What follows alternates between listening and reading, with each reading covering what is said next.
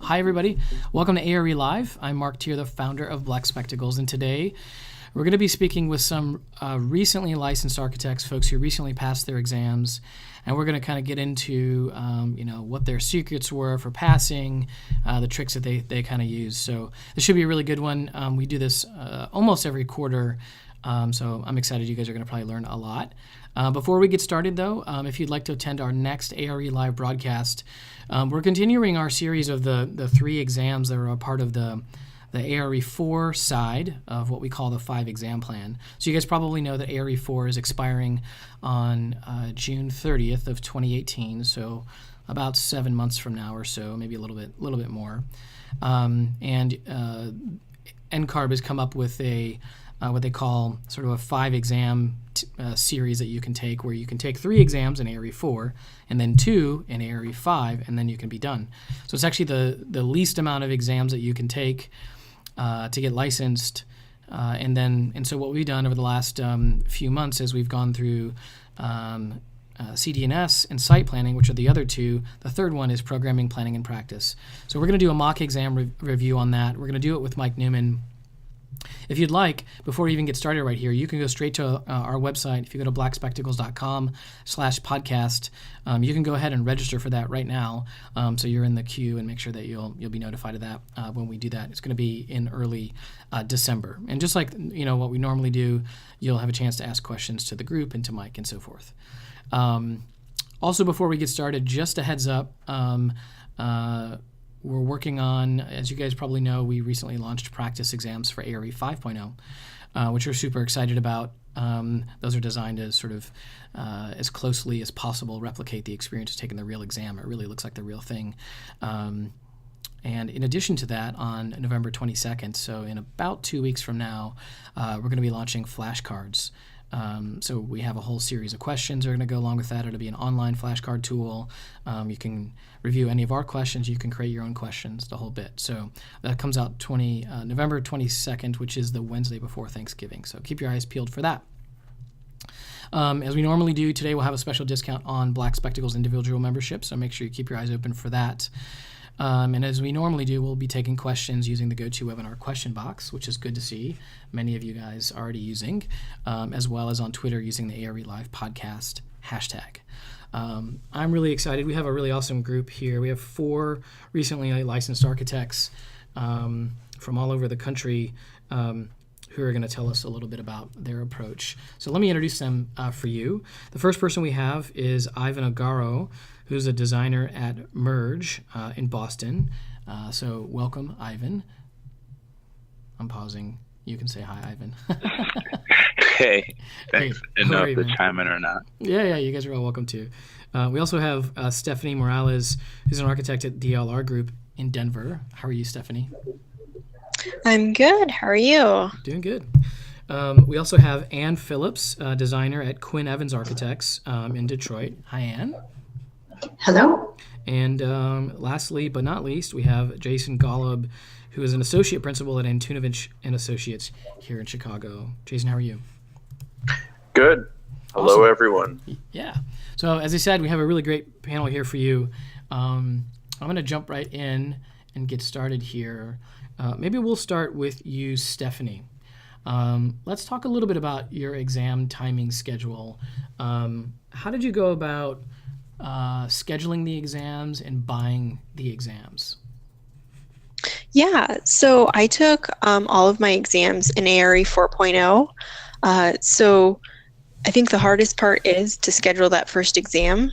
So I really just let myself start studying until I felt comfortable with the material, and then I would schedule my exam about 2 weeks before I was ready to take it, and I scheduled them as I went.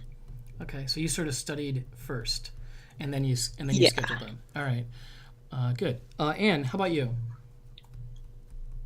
I did not do anything close to that, which is funny. I scheduled the exam and forced myself to study beforehand. So I actually would schedule my next exam the night before I took the next exam. That's awesome. So that I held myself accountable regardless of if I passed or failed. Okay, that's great. Ivan, how about you? Yeah, so I'm sort of similar to Anne. Probably with one exception. I actually scheduled 4 at once, basically to put extra pressure on myself, and I kind of spaced them out. I don't know. I gave myself like 2 months in between or something, and from that, I was just like, okay, I have to study, keep studying, and kind of knock them out. That was my approach. All right. Beautiful. Jason, how about you?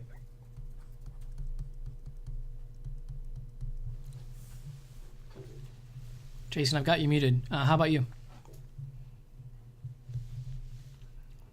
Oh, we might have lost you. I see it says maybe offline. So maybe we lost you there, Jason. If you come back, please. If you come back, please let us know. I'll have Clay maybe give you a call, and we'll try to get you back online here. So in the meantime, let me just talk this through a little bit. So let's see here. Stephanie, you studied first, then you scheduled them. The other folks schedule them first. I guess what's my question here? Stephanie, why did you? I'm going to ask. I'm not just going to pick on you. I'm going to ask these guys a similar question. Why did you study first? So in the beginning, I felt it was difficult to really figure out what that magic study time was before taking the test, how long it would take to prepare. So studying first kind of gave me the confidence to schedule that test, to know when I was ready. And then once I probably got through my 3rd exam, I knew I could pick up the pace, and then I started testing once a month. So I'd study for 2 weeks, know I was comfortable enough to go ahead and set that test date, study for 2 more weeks, and then go take my exam. Got it. Anne and Ivan, I don't know. You guys are aggressive. What's going on? You guys just trying to just destroy the exam? Yeah. Yeah, I mean, my strategy was to just kind of knock them. So I took all my exams in 4.0 as well. Mm-hmm. And honestly, like, I wanted to schedule all 7 of them at once, but then we had like these huge projects at work, and I was like, okay, I probably won't realistically be able to do them all and like complete all my project work. But what also made it a lot easier was the firm that I was at had like this really cool deal where if you pass, we pay. So that's also a huge incentive. It's like, let's knock out as many of these as possible, all at once. Mm-hmm. But yeah, just a bit naturally aggressive when it comes to academics and exams. Mm-hmm. Yeah, I'm the same way. I turned 30 and decided by 31 I wanted to be licensed, or 32 that's was so my killer. Goal. And 32 was my goal, and I was licensed at 31 and 1 month. So I took an exam every 6 weeks, and I just kept plowing through whether I passed or failed. Mm-hmm. I personally am the type of person who will put something off and put something off and put something off until my feet are to the fire, and I have to cough up money to a commitment, and then I will commit. So yeah. Hey, Jason, we may have you back. Jason, are you there? Maybe? Oh, I see you still. Yeah, sorry about that. Something happened. It kicked me off. No worries, man. So tell me, I'd like to know, talk about your exam timing schedule. How did you schedule the exams for yourself? It was a combination of the first 2 methods. I studied first for maybe the first 2 exams and then would schedule them. Maybe 2 weeks out when I got comfortable with the material. And then I was a little ambitious and would start scheduling more and more exams, maybe 4 or 5 weeks out from each other. And what I ended up doing, unfortunately, was I would freak myself out, get a little anxious, and reschedule the exams maybe for another week or 2. So I was just spending extra money for no reason.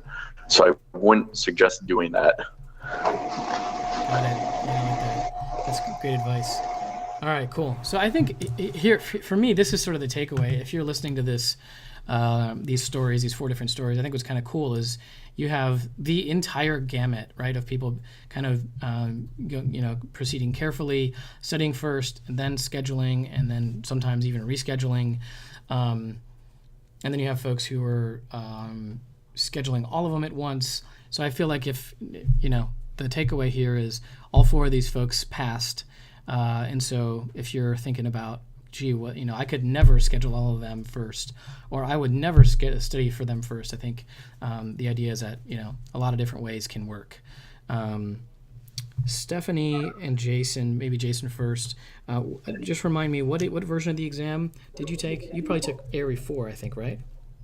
Yeah, that's correct. 4. And then Stephanie, how about you? I also took 4.0. 4.0. All right, so we have a bunch of 4.0 folks here.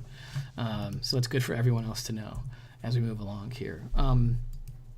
So thinking about, and maybe Ivan, I'll start with you here. Talk about what held you back from taking the exams at a faster pace. Yeah. So the first couple, like I said, I kind of banged them out and passed them first go around. Mm-hmm. And then I just had way too much going on. Like I started a nonprofit, I had basically life going on. So that got crazy. But then, Mark, I found out that I was going to be having a kid, and that was the most incredible incentive ever to finish your exams, because once you have a baby, you have no time to do anything anymore. So basically there was a 2-year gap in between the first 4 and the last 3, where I was just stuck on project work, and there was just no time to study. Yeah, I can relate. I know having that baby is a huge incentive to get moving. Stephanie, how about you? What held you back from taking the exams faster? Yeah, so one thing I did once I got going was really hold myself to the 1 test per month schedule.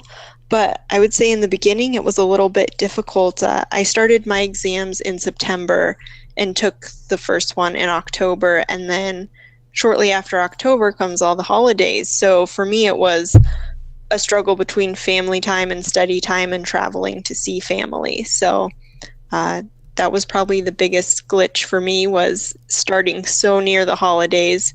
In hindsight, maybe starting in January would have been good, and then just plow straight through. Yeah, so sort of watch out for the holidays. Okay. Anne? So I am friends and peers and colleagues with Charlie Clutcha, who's somewhat known for taking and passing his 7 exams in 7 days. Right. And so that's the bar that I knew and was associated with. And so I felt like a bit of a slacker, the fact that I could only do 1 a month, and struggled to make that happen. In reality, the reason I didn't take them faster was just my sanity. And I learned after the first exam, I studied for 6 weeks and failed it. And at that point, I knew that I had too tight of a grip on the whole process. So I had to have a loose hold in general for the entire process. So. What do you mean by that? I don't know what you mean, a loose hold. What do you mean? That first exam, there was just so much wrapped up in it. And I think the whole process in general, I think what prevents a lot of people from studying and ultimately passing is the fear of failure. Mm-hmm. And that's ultimately what drives people to make the decisions they do. And so after taking and failing my first exam, which was CDS, and I was also in 4.0, I realized that I couldn't dedicate that much time and energy to fail an exam. So the fact that I then planned on failure instead of passing, which is somewhat dismal, but that was, if I planned on failing, I wasn't disappointed, and I didn't question every decision I've ever made in my life as to if I'm on the right path or not. So yeah, that's, I guess, what I mean by having a looser hold. In the beginning, this whole process is just it's taken so seriously, and when you fail, it's embarrassing, and I'm just trying to remove the stigma around the form, like the tension around it, I guess, and just to not have such a death grip on the process and have so much of your identity based in the fact that you pass or fail the exams. So that's what I mean by having a looser hold. Just that's super interesting. I think you're right. I think a lot of folks, myself included, right, find that to be an impediment. Mike says something interesting often, which is you don't have to tell anyone if you passed or failed. Right, so that's one thing to kind of think about for everyone out there. And then also, he always sort of suggests, if when he's talking with a group of architects, he always says, hey, if you guys were a group of MBA students and you had to pass these exams, I bet half of you guys would go ahead and take these exams and not tell anyone and not even study, just go take them all, knowing that just based on the laws of probability, you'd probably pass, 30 or 50% of them or something like that, and never have to study for those guys at all. Which I think it's just a good exercise, because as you say, Anne, sometimes us as architects, I mean, our job is in many ways to be perfect. So it's kind of it's kind of tricky to step back and say, like, well, whatever, if I don't pass this, we'll just take it again. All right, Jason. Yeah, the psychology. Go ahead, Ivan. Sorry. Well, the psychology of it all is really interesting. One of the things that I did to kind of deal with like the fear of failure, because it's just not freeze up, like you have to take them regardless, and so just kind of, study and take them. I had this friend in undergrad that was like sort of notorious for being like a party animal, but he was in like petroleum engineering and had a 4.0. And you'd ask him, like, dude, how do you do this? And he would just say, just study and take the exam. Like, don't think about it too much, because, like, we're our own worst enemies, And I guarantee you, like, some of the people that we look up to the most have, like, failed something in their lives. And, just have to get over that stigma, because you're going to fail something at some point, This is just like a reading comprehension test, so no biggie. Just take them. That's awesome. I love it. Jason, how about you? If I could add to that. Oh, go ahead, Stephanie. Yeah, sure. Oh, I was just going to say, like, something I always tried to walk away from the test, because you always have the idea in your mind. Did I pass? Did I fail? You can kind of lean towards one or the other. But what I always tried to take away at the end was, what did I learn from this test, no matter what the results come out as? And, as soon as I would get out of the testing center, get back to my car, I would just try to get that down on paper. What did I learn, or how do I feel this came out? That way, if you did come out and you failed the test, you can turn that into that learning experience, because you've seen the material once now. You've been through the whole process. So just take that and turn it into a positive. Moving forward, you can go confidently into your second retake. Yeah, that's great. I think that's really awesome. Jason, how about you? What are your thoughts here? So when I took the exams, I know it's a little different now. I think there's some grading or some acknowledgement of your pass or fail within a couple days now. When I took the exams, we had to wait for a letter to come in the mail, which sometimes took 6-7 weeks. So I would wait until I got that pass or fail letter. If I passed, I used that as momentum going into the next exam. If I failed, I kind of, what Stephanie was just saying, I kind of regrouped. I learned from it. I kind of reflected on what I think I might have overthought or something like that. So it was more take one exam, wait for the letter, take my time, pace myself. I set a goal of finishing everything in about a year and a half, and I hit that goal. I felt that was more realistic than doing one every 6 or 7 months, or one every month for 6 or 7 months, long. So that was kind of my game plan. Yeah, that's interesting. I think that's an interesting point about setting a goal. I certainly know some folks in my universe who they just never really set a goal for themselves, and that was something that really kind of, because they didn't really have a goal, it was like, well, I don't know, I'll take it whenever I kind of get to it, and then life kind of gets in the way and that kind of thing. Can you guys, anyone in particular, comment on that idea of setting a goal? I think that's what have we heard already? Jason, you've talked about setting a goal of 1.5 years. Yeah, I can add a little bit more to that if you please want. do. Yeah. Just, living here in Chicago, Mark, the winters are horrible and the summers are wonderful. So I kind of planned out my test taking thinking, okay, the summer, the wonderful months of June, July, August, September, I'm going to party and I'm not going to take tests. I'm not going to study. I'm going to hang out with my friends. So, just setting kind of a timeline between, 12 or 18 months really helped me figure out, all those things with, potentially having a kid or getting a new job or, when I took the exams, it was right at the recession. So people were getting let go and there was that fear of how am I going to even pay for the test. So just having some sort of game plan definitely helps in the long run. Anyone else have any comments here? Ivan?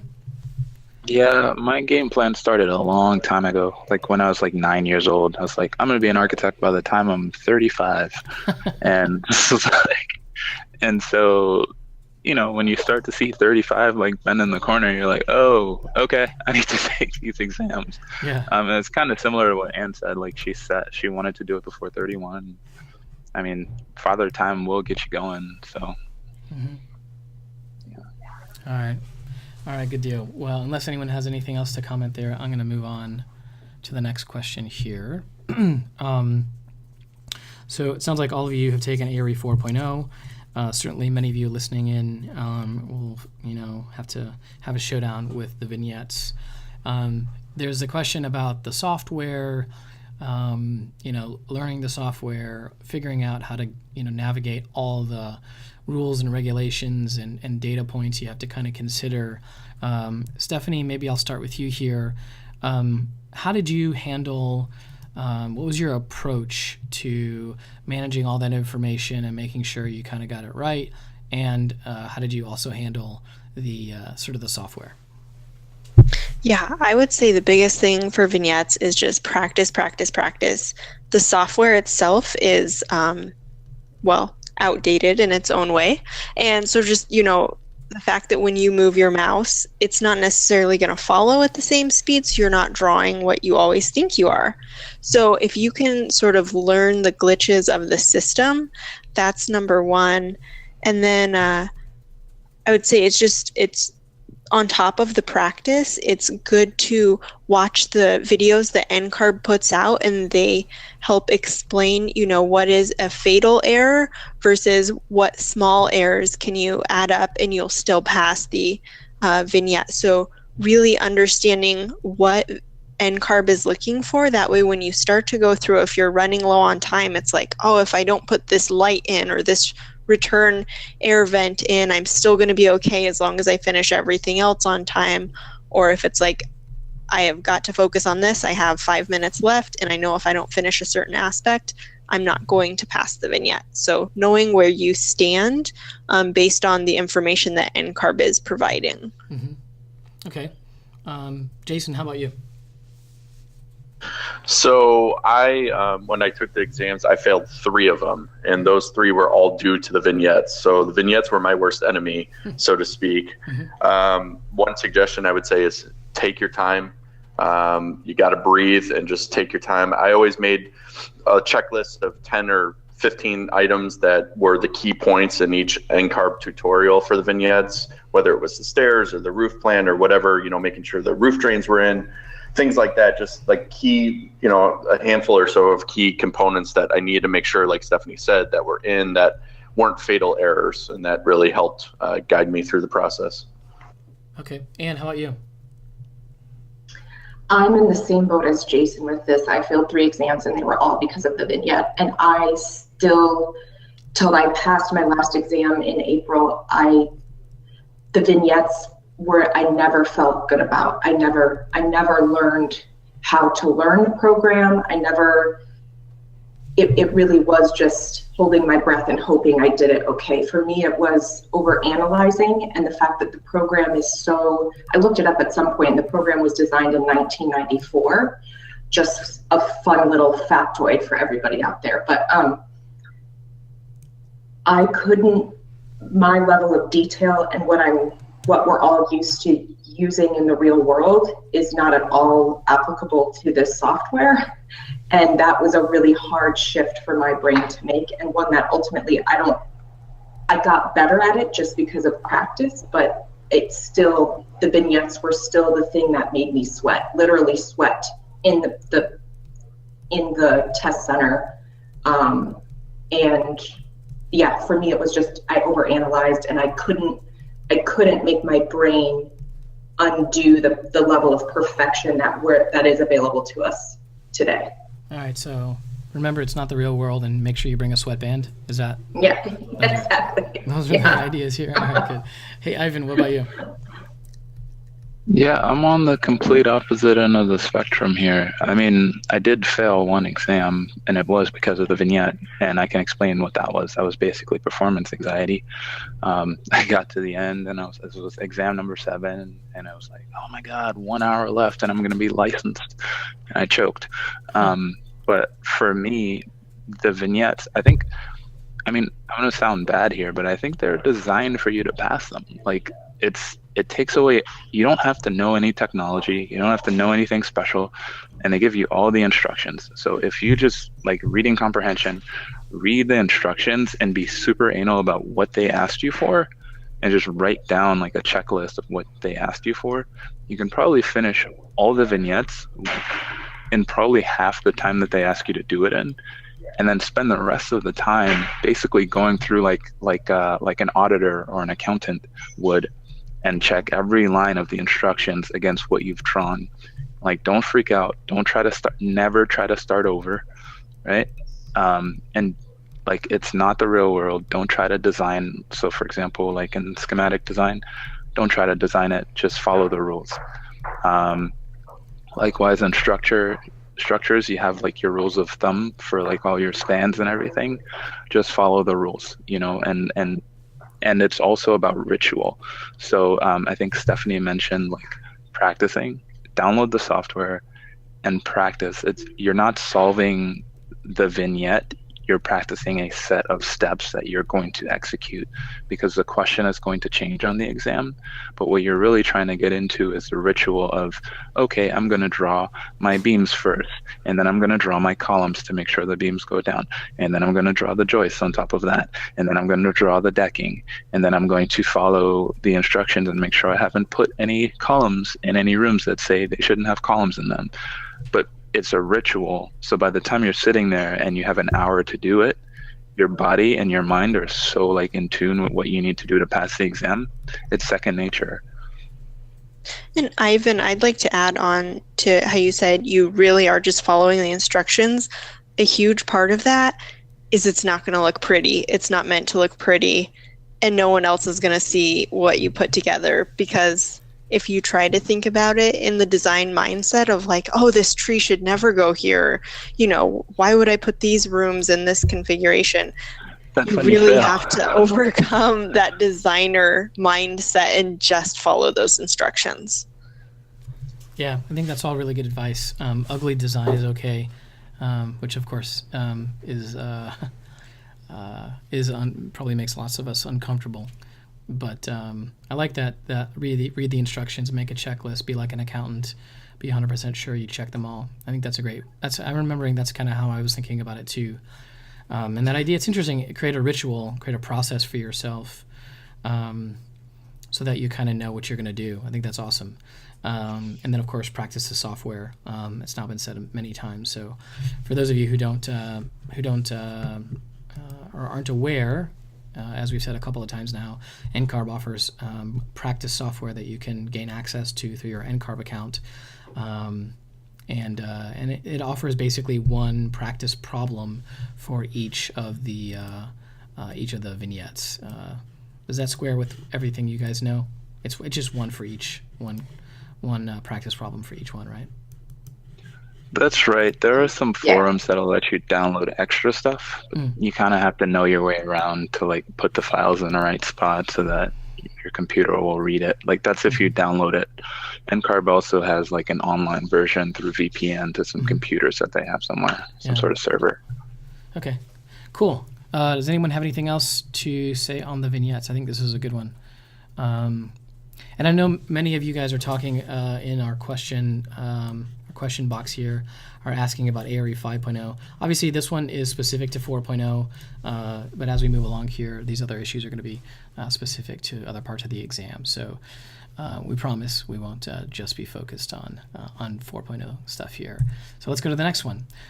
So this is a perfect one that does kind of cross all the different exams. We hear a lot folks saying that they find themselves where they're struggling to pick between two answers. Gee, they sure sound alike, and they're not really sure. They're not really sure what to do when they have those two answers. And I'm going to start with you here. When you're struggling to pick between two answers, what's your best strategy for picking the right answer?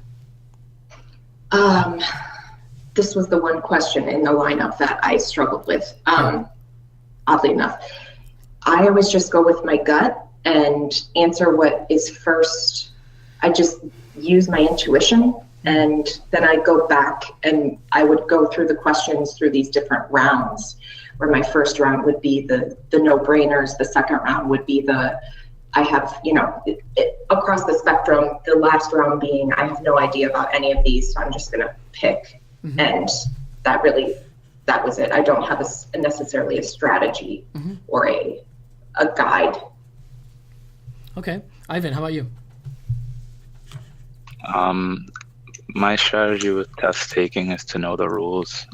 This isn't the LSAT, where you get penalized for answering the wrong thing, and your exam gets progressively easier or harder depending on how well you're doing. Mm-hmm. It's the ARE. So if there's some sort of ambiguous choice, first thing I do is if it's not a quantitative question, it's qualitative, lean on my experience. Like what things, if you're younger and taking the exam, what have I heard around the office? What are the old guys saying around me?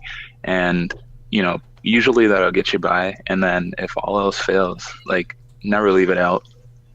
Take a stab at it, because you're not going to get penalized. So just pick something. All right. I think that's good. Stephanie, how about you? Yeah, this was something I really focused on studying. So I had the practice question and answer booklets specific to each test that I used while studying. And I would go through those and, even in the practice, I'd come across, gosh, is it A or is it D? Mm-hmm. And so I would just kind of flag that. And when I would go through and check the answers, if it was D and I was kind of going between A and D, I would really try to understand, why did I think it was the other one? And how should I know, that it should have been D, and really understand that answer. So this was, for me, one of the focus parts for studying, because I knew that when you're in that testing center, you see the time clock ticking down. You can't really sit there and think it through. Like, you have to keep moving. So flagging it in the test center and then just studying through that was sort of my strategy. Okay. So just to say that back to you, make sure I'm understanding it. Yeah. Well, hold on one moment, if I may, just because I'm understanding. So you would flag it, meaning that you wouldn't answer it. You would wait, or you would answer it, and then you would come back after you flagged it to review it one more time. Yeah, I would go ahead and answer it, like Anne said, with that initial gut feeling. And then if there was time at the end in the testing center, I would come back and check it. But also during my studying, I would flag it. That way, when I could check the answer, I could see, did I check that right with the initial gut check, or did I go back and forth too many times? Yeah, that's great. Okay. Ivan, you had a comment there. Yeah, I think that's like a really cool strategy. It's similar to what I did. Actually, like in the multiple choice sections for all my exams, I just kind of went through it one good time, like ignoring like the clock and everything, and just like bang them out as many as you can and flag for later everything else. Because what I found was that sometimes they screw up and they give you the answer later. So it might be like number 85 and it's related. And you're like, oh my God, let me go back. And then you kind of who knows if I got them right or not, but I definitely know that sometimes the answer was like later in the exam in a related question. So just kind of keep your eye out for those, and flagging things is really good strategy, especially if you just get the ones that you know out of the way. Then you have time to check the rest later. That's really good. And yeah, you're right. Yeah, I liked what you said earlier about, you don't gain anything by not answering a question. So you definitely at least want to make sure you answer and to at least take a guess on everything. For sure. Jason, what's your strategy here for selecting the best of two similar answers? Yeah, definitely the same as Stephanie. Definitely flagged it and took my best guess, flagged it, and came back to it later. I definitely agree with Ivan. I would always run into instances on each of the exams where they either intentionally or mistakenly gave me the answer for 20 questions later on. So I would always go back and find that I can accurately, I don't know for sure, but accurately answer those questions that I was doubtful on. Okay. Yeah, I think this is good. Sometimes the later questions have answers to previous ones. All right, beautiful. Let's move to the next one here, guys. So I think on this question here, we'll start with you, Jason. Where and when?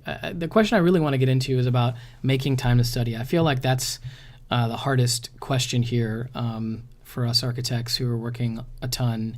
How did you make time? Did you do it at work? Did you do it at home? Your commute? Talk us through allocating time to study.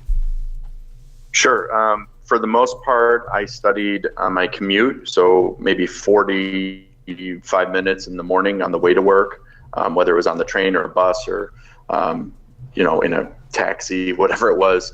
And I would definitely study for an hour straight at lunch. I would bring my lunch from home every day. I wouldn't go out with people from the office. I would definitely take that hour and use it to my benefit when things were quieter in the office, or schedule a conference room just to hide away in. And then I would try and study on my commute on the way home.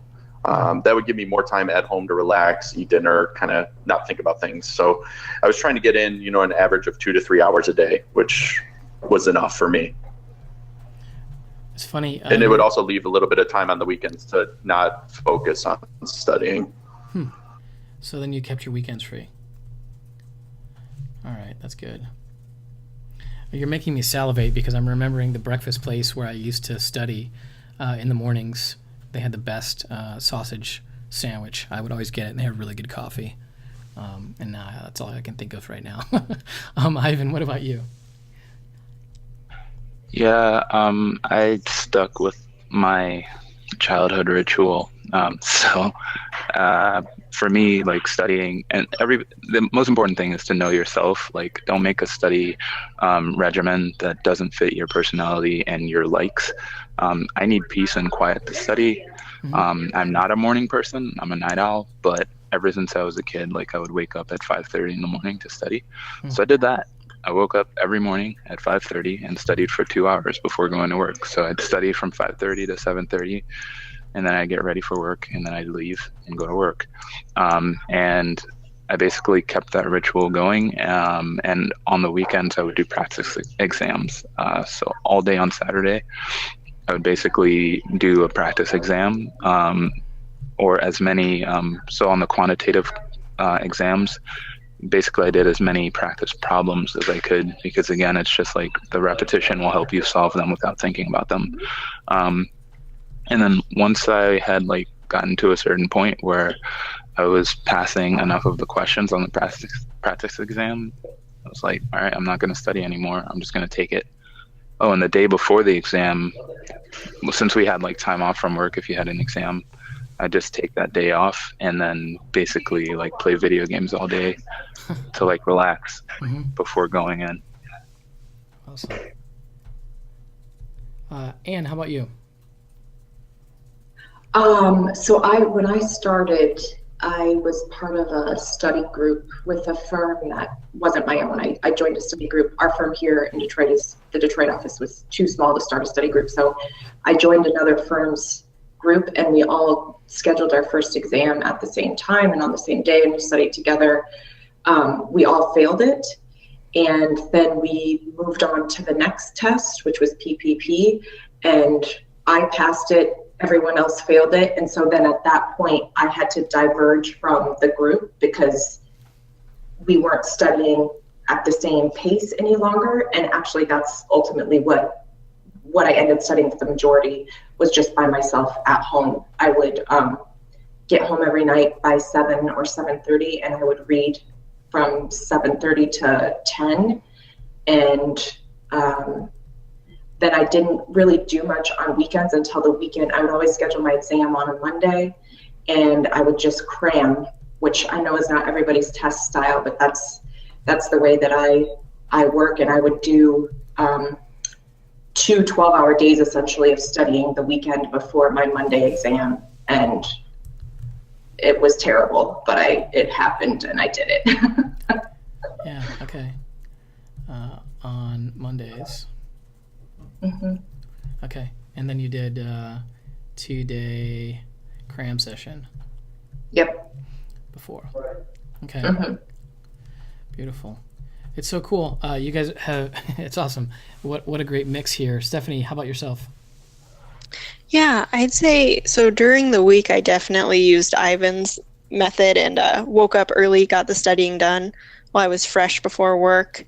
But I also studied pretty heavily on the weekends. And when it got to be just too much, when you're constantly studying at home, it starts to get kind of boring. I would look for creative ways to take my studying with me. And one of my favorite ways was I would take my tent and study materials to the lake, set my tent up, study inside because there were no bugs. You didn't have to worry about when the wind blew. And then, take an hour break, go enjoy the lake, and then come back and study. So that way you got to be outside, enjoy the fresh air, but still get your studying done. That's awesome. Yeah, that's a good one. I like that. I guess in Chicago we could build a little igloo or something like that. Jason, is that what we should? I don't know. Maybe something like that. All right. Good deal, guys.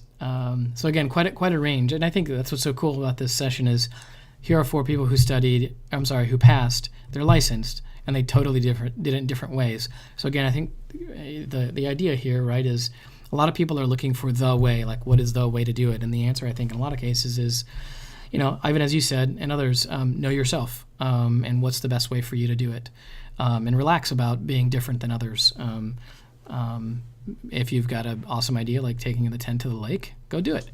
In fact, I know that I had someone who passed. In fact, I think she may have participated in a previous one. She went camping, I think, and she would study while she was camping, which sounds kind of awesome. So maybe the moral here is to make studying kind of awesome if you can. Number 6 here.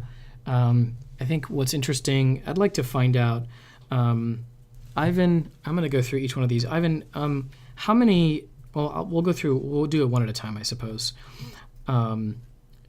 As you guys all know, now with the revisions that NCARB has made to the exam, you can take the exam right after graduation. First of all, can each of you answer as we go along here, how quickly after graduating did you take the exam, and then what are your general thoughts? So Ivan, I'll start with you. Yeah, I think I started taking exams like 3 years after I got out of school. My thoughts on actually taking them right away, I think you should take like certain ones right away. And I don't even know if this is still applicable for 5.0, but with 4.0, like I would have taken structures immediately.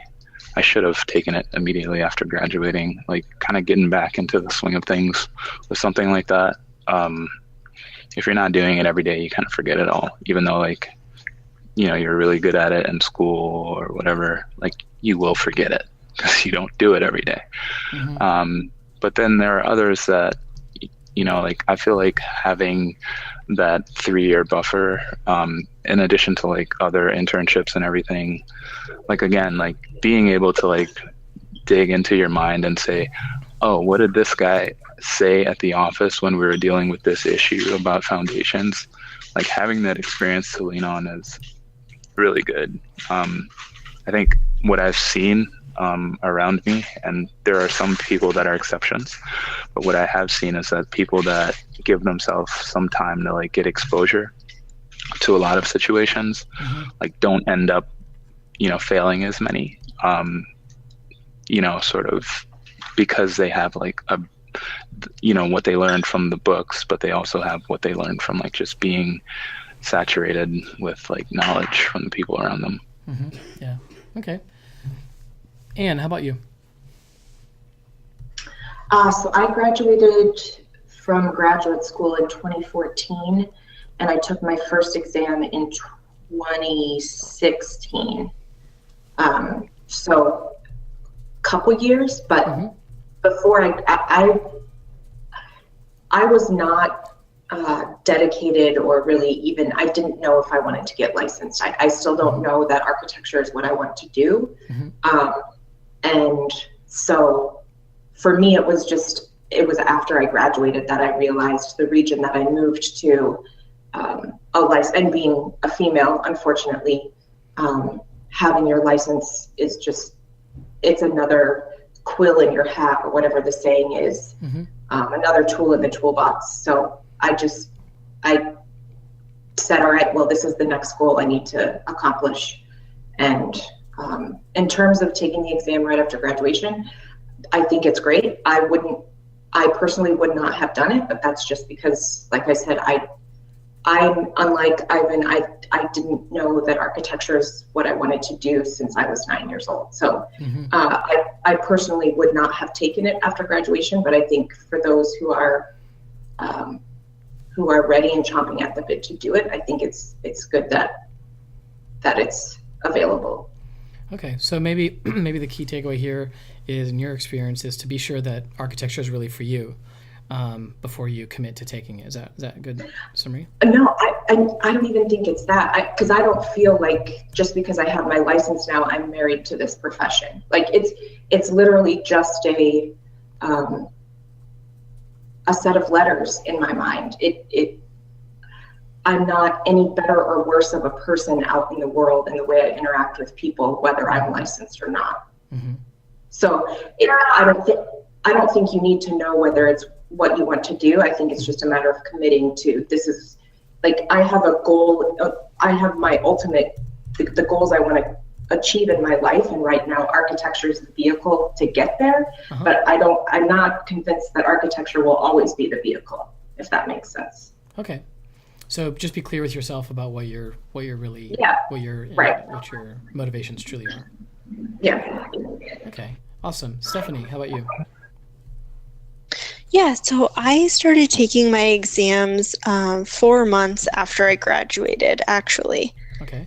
And one of the biggest perks I would say with this is when you start out after graduation, you definitely have one of the lighter workloads in the office because you are new and you're still, learning the firm standards and how everything is done.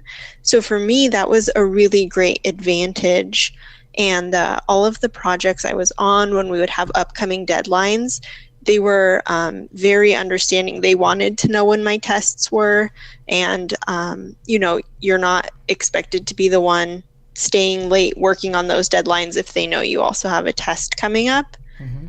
And I would say another benefit is that you're kind of still got that study mode in you from being, recently graduating. So it's not the hardest thing to sit down and study for a couple hours. Awesome. So 4 months after school, you got in, and that's interesting that you have some more flexibility with your workload. I think that's good observation. Jason, how about yourself?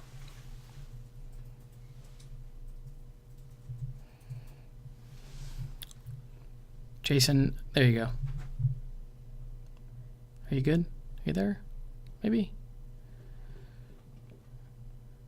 I see that, Jason, you were unmuted for a moment.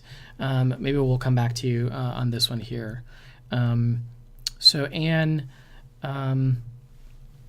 if you were able to kind of back up a little bit and just talk a little bit about preparing for the exams, what would your advice be in general for preparing for the exams? I don't mean this to come off poorly, but don't take it so seriously and don't take yourself so seriously. It's just a process, and it's not a life or death situation, I guess. Yeah, I like that a lot. Don't take it so seriously. Don't take yourself so seriously. Ivan, how about you? Did you say Ivan? Yeah. Okay, awesome. You have to say my name 3 times like Beetlejuice. So basically, I would say, I mean, I kind of want to backtrack a little bit. I think it's super important for our profession that, you know, especially women and minorities, like, just go on and take the exam, because there are far too many licensed professionals that fall into that demographic, and you know, we do shape like our country, and we have a huge influence on sort of the world that people occupy every day. And I think like our cultural backgrounds actually improve sort of the diversity of the profession. So get licensed if you fall into those groups, and everyone should, but that's just my personal statement. Yeah. And then, you know, everyone else, I think I can kind of echo what Anne says. Like, it literally is a reading comprehension exam. Like, if you can read and understand what they're asking you and click a button, you can pass. This has nothing to do with how good you are as a designer, has nothing to do with how good like you're thinking, or it doesn't matter where you went to school. It literally just matters that you can read a question and pick the right answer. It's not hard. Just sign up for them and do them. It's not a big deal. Awesome. All right, so this is a reading comprehension test. It's not hard. All right, Stephanie, how about you? I would definitely echo, you know, exactly what Anne and Ivan are saying, and it's sort of been a common theme throughout this whole podcast is it's sort of the psychology behind it. Don't get yourself all wound up like, oh my gosh, I'm trying to become a licensed architect. It's like, nope, you're just going in to take this test. You made it through college. You can make it through these tests. You know, just going through the testing center process, getting checked in, getting to your assigned computer and everything. That's probably the hardest part, as well as getting yourself to sign up for the test. Once you're there, just focus. You know you can do this.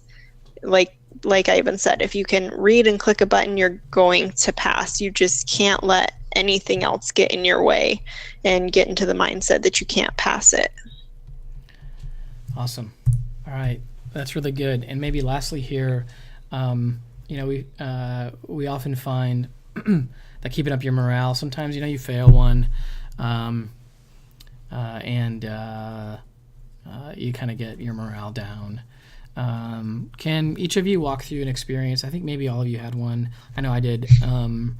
How did you? Maybe we'll start with you, Stephanie. Your mic is still live here. What are some suggestions for keeping your morale up during the process, and how do you maybe deal with failing an exam?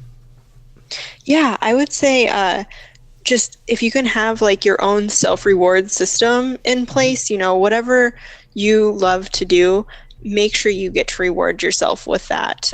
Whether it's, you know, you want to go buy a new pair of shoes every time you pass an exam, or if you're into video games, go play a new game or buy one, you know, really reward yourself for going through the process. And I know after, I believe mine was BDCS, was just, my brain was done after that exam. It was really tough, and I would just go drive to the nearest Sonic and get myself a nice Oreo milkshake and let things, awesome. You know, work out after I had my milkshake. That's awesome. Ivan, how about you? Yeah, I think failure is just a part of growing for me. So although like I would say like when I was younger I had like more of a fear of it, but I'm not really afraid of it anymore because you kind of learn from it. So on the exam that I failed, basically they're tricky. Like when you fail, like then they tell you, oh yeah, you did excellent on these things and you failed the vignette or whatever. So once they did that, like you use it as a learning tool. This is where I need to focus my efforts, right? I'm good on the multiple choice, and let me just practice this more and realize that I can't start a vignette over because I think I did something wrong. It's really like using it as that teaching tool in that teachable moment, and allow yourself to feel what you feel. Like, just because we're in this culture now where we kind of celebrate failure doesn't mean that failure is necessarily all good. Allow yourself to feel what you feel, be sad about it, beat yourself up about it, but use that as a motivation tool. Get back up and try it again, and learn from it.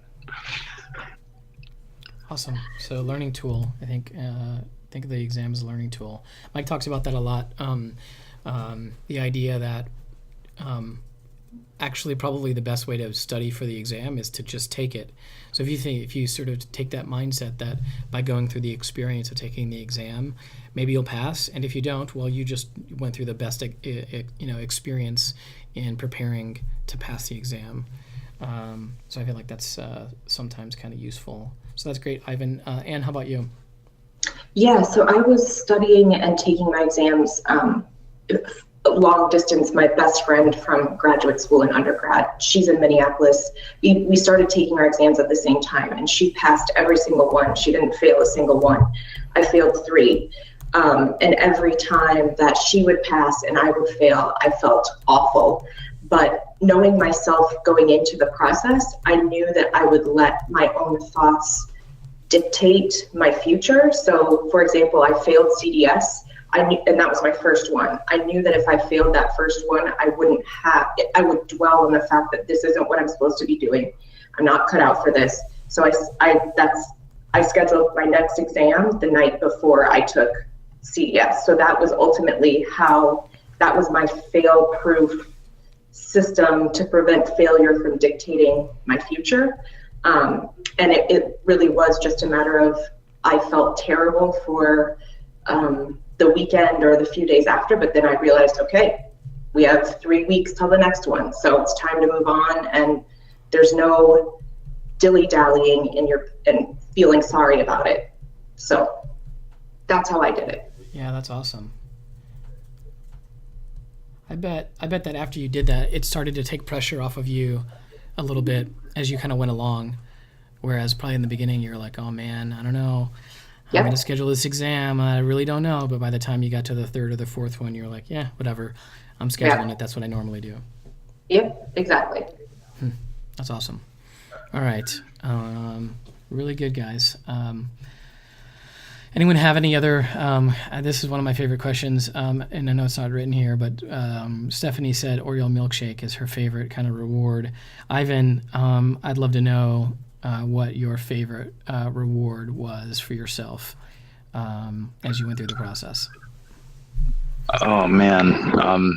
So I guess I am rewarded by like passing it.